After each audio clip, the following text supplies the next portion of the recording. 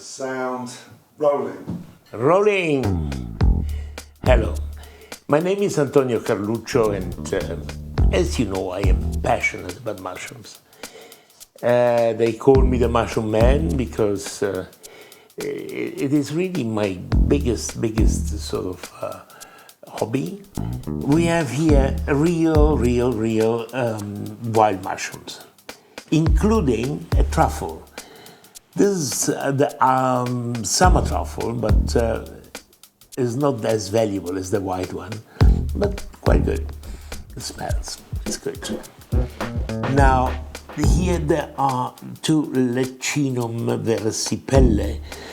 They are sort of boletuses that they grow on where birch trees are, and that's why it's called birch boletus. Now I will show you how to clean them. Naturally, I have here Carluccio's mushroom knife. So I never wash mushroom. So with a little of scratching the dirt, and then a little bit of dirt is sort of, it's good for your stomach anyway. It's roughage. Now, so you take away all the sand. Here you have to peel it because you don't know very much if there's sand or earth or whatever. You see, like this. In Italy, entire family in the mushroom season, they are behind the trattoria, all together grouped, cleaning the mushroom very thinly because, as I said, they're precious. You don't want to throw away a lot of things. Oh, this is delightful. And this knife is particularly good for this. In fact, you use it to go and collect mushrooms. Some mushroom is better to cut them in nature, and some you just can take them away. And there you are. Fantastic.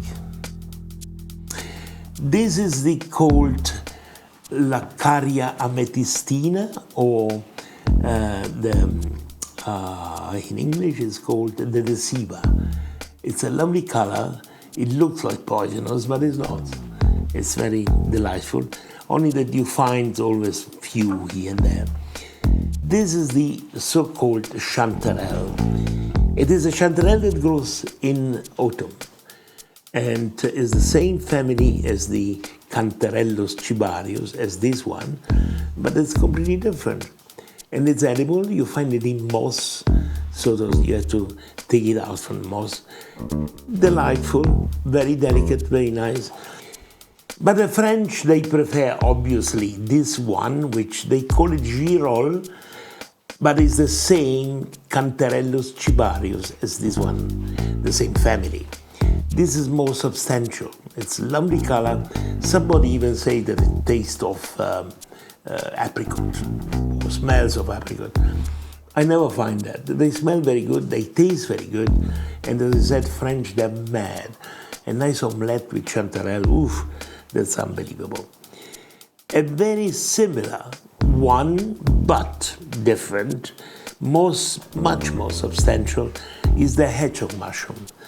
This one, which has, and this for cleaning this one, you just need a brush, you see, all the dirt goes, cut a little bit of this, and the fresh one, you clean it, and it is like this because, it's called like this, hedgehog mushroom, because the gills underneath, they're not gills, they're not pores, they're spikes.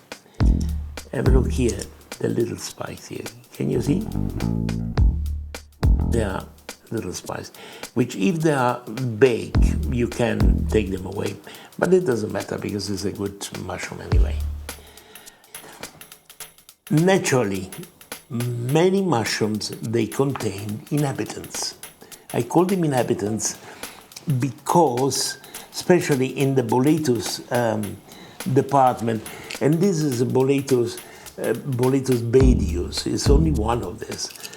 And I will show you what I mean, because most probably you cut it like that. No, it's immaculate, it's very good. But sometimes there are little holes and there are little worms inside, which If you are only vegetarian, you don't like them. And also that's the reason why in supermarket you can't find to buy those type of mushroom boletos. In Italy, yes, but not here in England, because the danger of finding a little sort of maggot it was horrify people. In Italy, if the maggots they are small, they eat them. Eat the mushroom. It's meat. It's lovely.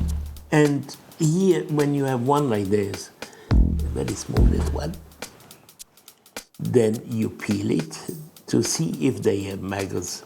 You cut it in two again, and if it's immaculate, which it is, this one, the other bigger one you have to watch. So this is the little hut, and seems to be okay.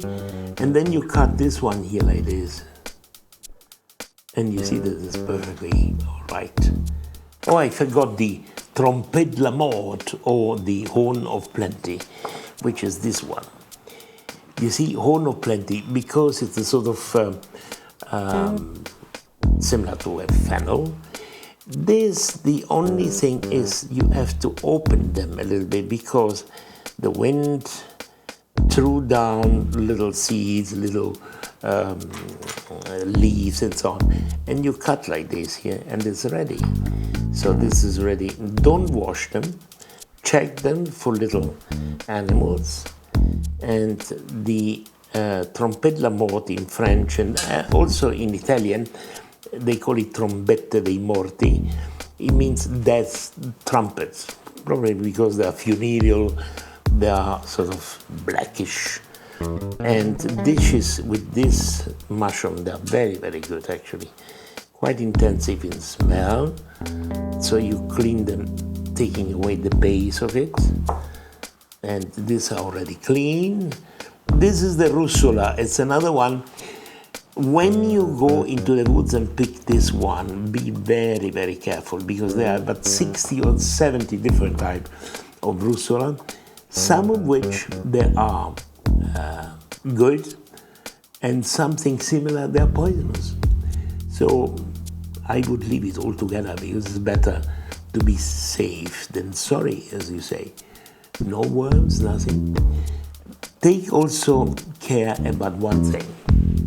When you see a mushroom that is nibbled by a sort of snail, don't necessarily believe that it's a good one, because the snail can digest 800 times more poison than a man.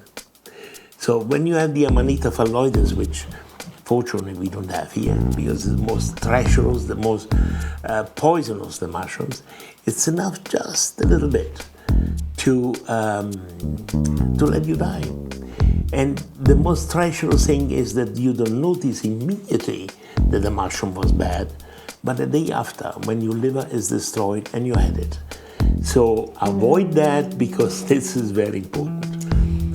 There are 100 ways of using mushrooms. You can pickle them, you can dry them, as you can see here. This is something that I dried last year, they were porcini. And you can use them all the time for sauces, for increasing the taste and flavor of something. And minestrone, risotto, you have to soften before.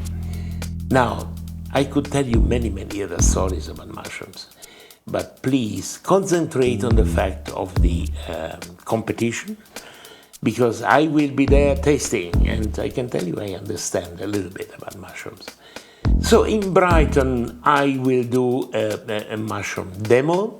Be there, because I will show you quite bits and pieces. Also, eventually, how to use this, which is the dried porcino, or the crema di porcini e tartufi. It's a cream of porcini, ceps, and truffles, which is fantastic on little sort of slivers of bread or biscuit. And this is the ubiquitous truffle oil, which I love it, but I don't love it very intensively. There are people that they put it in. No, just sparingly. 1 or 2 drops is enough to perfume the entire thing. But naturally, I prefer the fresh one.